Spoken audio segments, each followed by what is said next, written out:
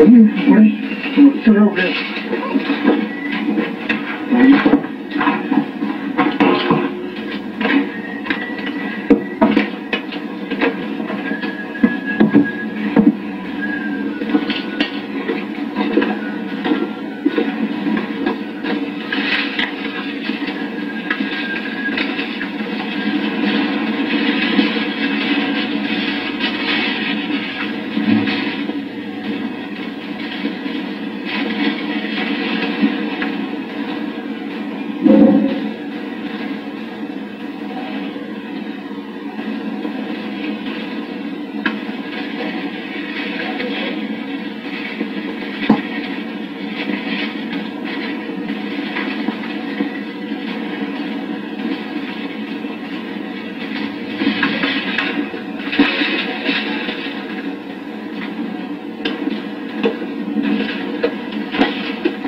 C'est l'histoire que c'est les clés que c'est un inventeur que chaque cantalais, comme d'hommes il y a dans la montagne, il doit faire des clés pour l'année d'après. Et à 4 hommes, il doit laisser des clés pour l'année d'après. C'est un inventeur comme ça.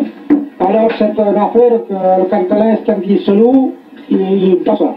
Il doit faire son travail, c'est prévu à l'avance. Dans le temps, louer le cantalais, il commençait par le 15 août. Alors le cantalais pour l'année après pour les montagnes. Si on va aller voir, on va aller.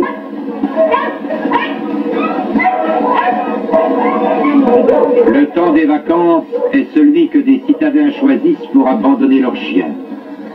Ces pauvres bêtes à qui tous ces gens croient ne rien devoir se retrouvent à la fourrière. Mais tous les hommes ne sont pas indifférents au sort de ces fidèles compagnons, lâchement et injustement abandonnés.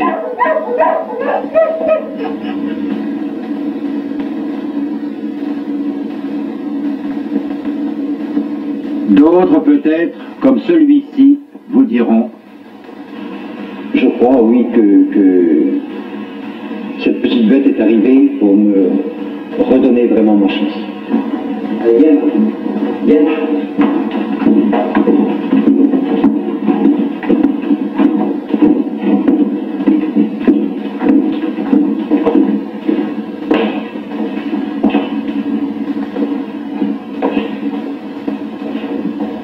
Jean-Louis Leroy, 49 ans, né dans le Finistère.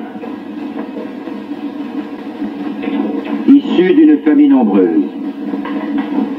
École communale. Nickel. Bien. École des Mousses. Engagement de 5 ans dans la marine. Mai 40. Fusilier marin. Prisonnier de guerre. Août 41. Retour à Toulon. Et la propagande va l'entraîner sur les chemins de l'erreur.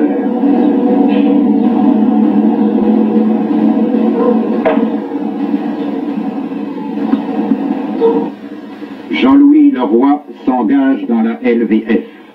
Il part pour la Pologne. Et puis c'est la Russie blanche et l'Ukraine. Il est blessé. Il est emprisonné par les nazis pour avoir refusé d'entrer dans les Waffen-SS. Mai 1945, pitoyable retour en Bretagne.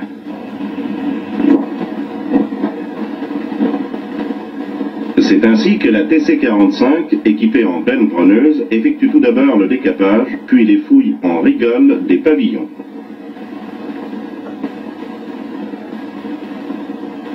On procède ensuite à la mise en place des coffrages qui servent à couler les murs du soubassement.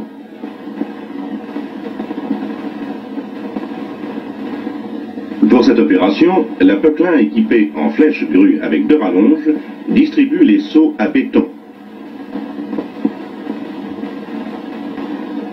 Dans le même temps, une autre Poquelin en benne preneuse réalise le vide sanitaire.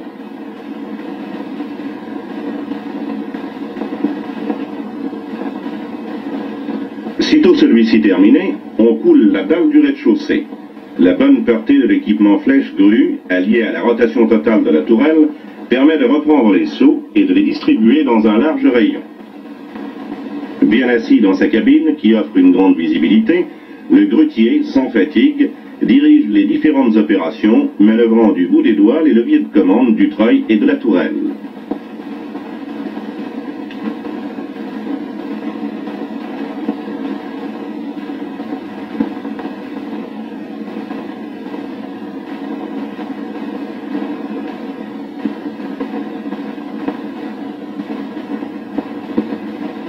peu plus loin, une autre machine est en pleine action.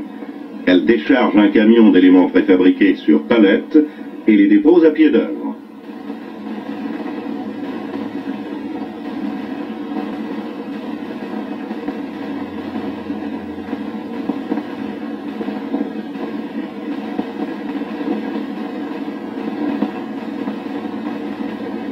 Mais c'est vraiment dans la mise en place des souches de cheminées préfabriquées, pesant 1300 kg, que la TC45 en flèche grue met en valeur sa principale qualité, la puissance au service de la précision. Ces lourds éléments sont manutentionnés et mis en place au millimètre près. Les commandes souples et progressives assurent une grande douceur dans ce travail délicat qui s'effectue sans peine.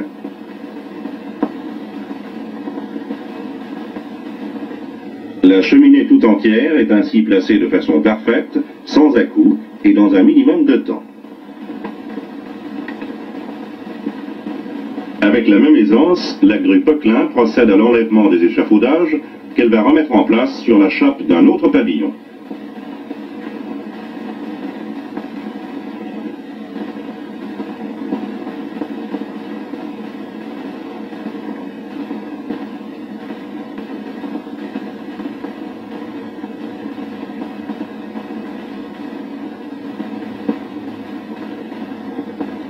Pour le coulage du chaînage et du plancher du premier étage, le treuil hydraulique Poquelin apporte souplesse et rapidité à ces opérations qui n'admettent pas les temps morts.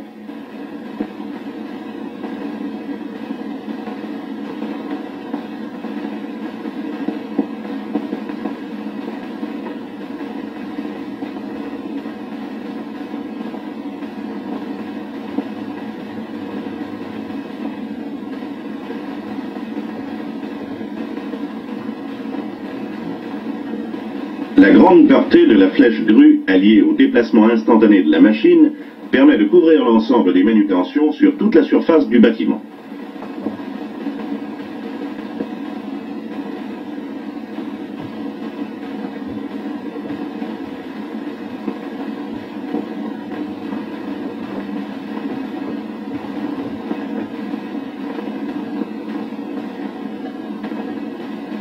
Ainsi, à la cadence d'un pavillon par jour, les délais sont respectés. Le domaine de la flèche grue ne s'arrête pas là. Ainsi, pour réaliser ce collectif à 2 étages, les éléments de façade préfabriqués sont mis en place avec cet équipement.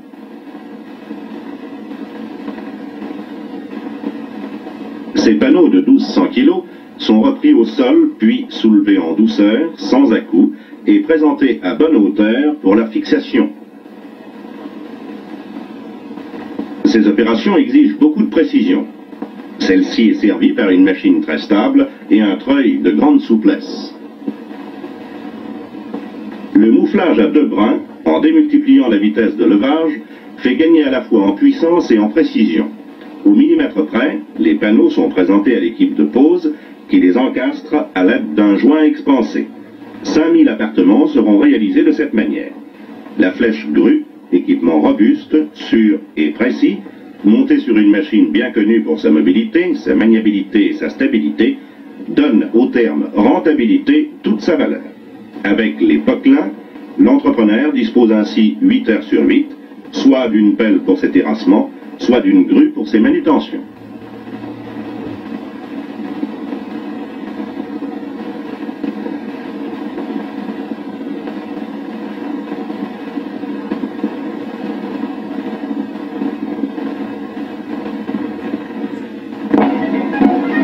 Dans cette partie du Jutland, la technique de cuisson des tubercules est un peu différente.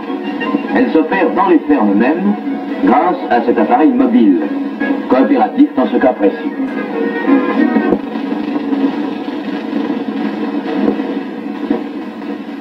Le travail dans les grandes agglomérations est considérablement gêné d'une part par les fondations des ouvrages en place, d'autre part par la circulation intense.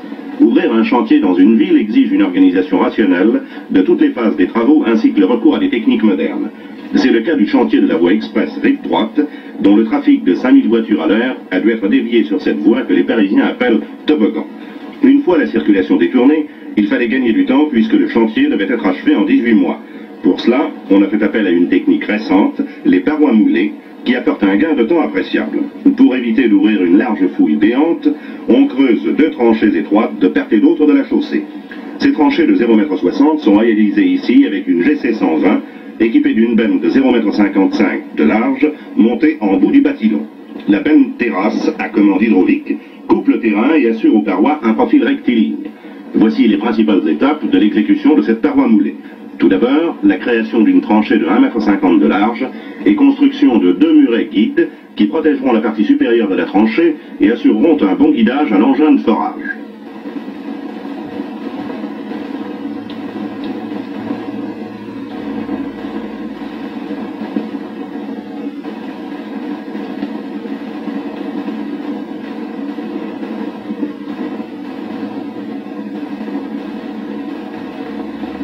Les ingénieurs responsables ont choisi pour ce travail le procédé rapide qu'offre le bâtillon Poquelin et n'ont fait appel au trépan que lorsque la tranchée se développait dans les anciennes fondations du Louvre.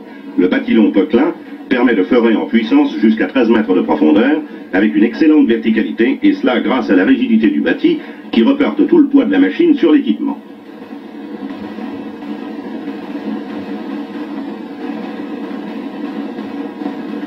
Ce travail spécial demande de la part du conducteur une bonne maîtrise de ses mouvements puisqu'il est effectué en permanence sans visibilité dans une boue de bentonite.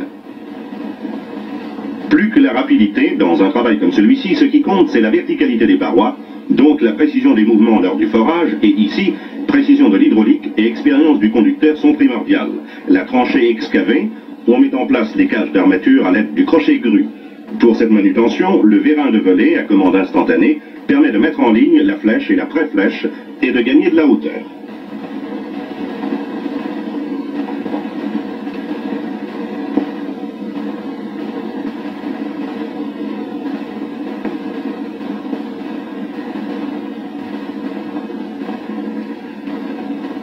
La manutention délicate et toujours spectaculaire des tubes joints et tuyaux plongeurs est effectuée aisément par la GC 120 qui n'éprouve pas plus de difficulté à les mettre en place qu'avec son bâti long.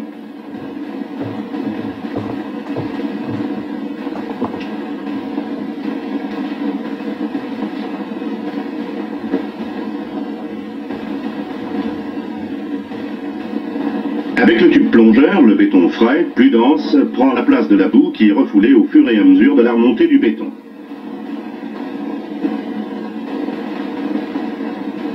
Le béton épouse le profil brut de la tranchée. Les murets guides sont ensuite abattus, dégageant les armatures métalliques que l'on raccordera avec le ferraillage de la dalle de couverture. L'exécution rapide de cette dalle conditionne le commencement de la deuxième phase importante des travaux, les terrassements souterrains.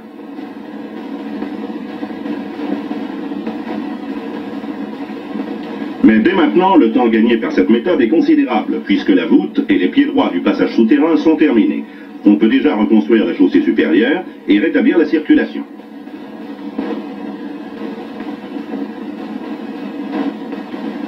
L'excavation des terres dans le tunnel, les travaux de ventilation et d'assainissement sont ensuite entrepris.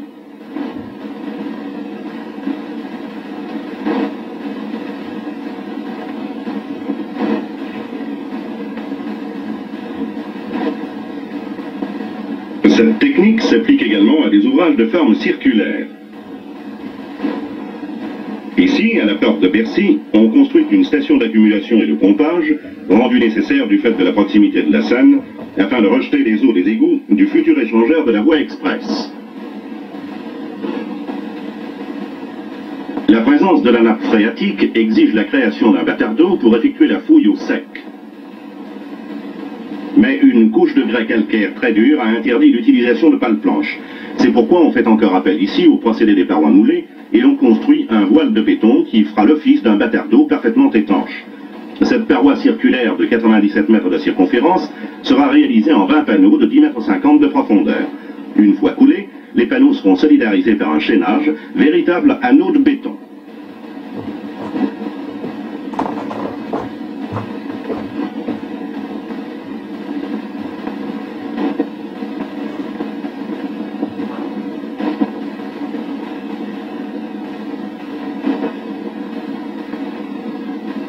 Jusqu'au plus profond de la tranchée, le bâtillon creuse en puissance et avec précision pour en respecter le profil et surtout pour ne pas entamer le cake de bentonite.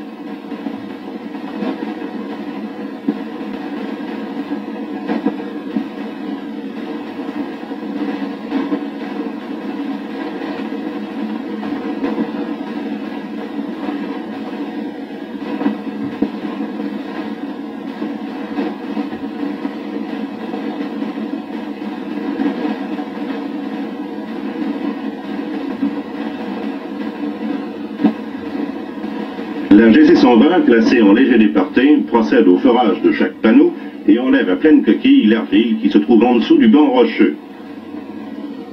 En avant, une TY45, après avoir ouvert la tranchée, coule les murets guides. Puis, immédiatement disponible, elle se place derrière la GC120 pour le coulage de la paroi. Elle supporte avec un crochet grue la goulotte du tube plongeur par lequel on coule le béton par gravité. En créant l'enceinte définitive des ouvrages souterrains, en évitant d'ouvrir des fouilles béantes aux étançons coûteux, en supprimant le battage assourdissant des pales planches qui provoquent des désordres dans le sous-sol, la technique des parois moulées apporte sécurité et gain de temps dans l'exécution en ville de passages souterrains, de galeries, de parkings, de fondations d'amphirimètres, de stations de pompage, de batardeaux. Les entreprises disposent de la GC120 Poquelin, équipée de son bâtillon, qui, par sa rigidité, donne une bonne verticalité aux parois, donc l'assurance d'un bon aspect au démoulage. Cette technique l'emporte sur les procédés de forage classiques. À technique et entreprise moderne, matériel moderne.